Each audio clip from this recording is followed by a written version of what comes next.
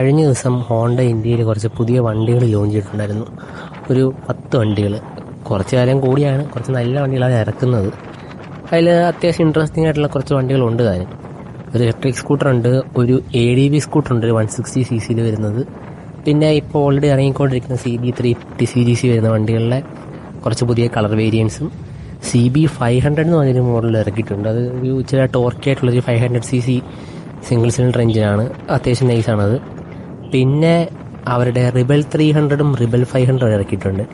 അത് ക്ലച്ച് വെച്ച് വരുന്ന വണ്ടികളാണ്. ഓൾറെഡി അവരത് പുറത്തെ മാർക്കറ്റിൽ ഇറക്കിക്കൊണ്ടിരുന്ന സാധനമാണ്. ഇപ്പോഴാണ് ഇന്ത്യയിൽ വന്നതെന്നേ ഉള്ളൂ. ഒരു പ്രോപ്പർ ക്രൂയിസറാണത്. അതും ഒന്ന് ലുക്ക് ഫോർവേഡ് ചെയ്യാൻ പറ്റിയ വണ്ടിയാണ്.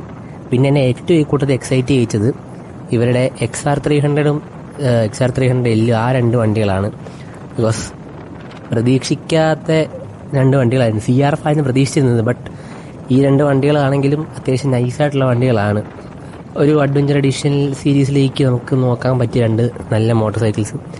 എക്സ്പൾസ്, KLX ഒക്കെ പോലത്തെ മോഡലുകൾക്ക് ഒരു കോമ്പറ്റീഷൻ ആകാൻ പറ്റിയ 2 എണ്ണം. വണ്ടികളുടെ ബുക്കിംഗ് സ്റ്റാർട്ട് ചെയ്തിട്ടുണ്ടെന്ന് അറിയാൻ കഴിഞ്ഞത്. ബട്ട് വണ്ടി ഇതുവരെ ഒന്നും ഷോറൂമുകളിൽ എത്തിയിട്ടില്ല.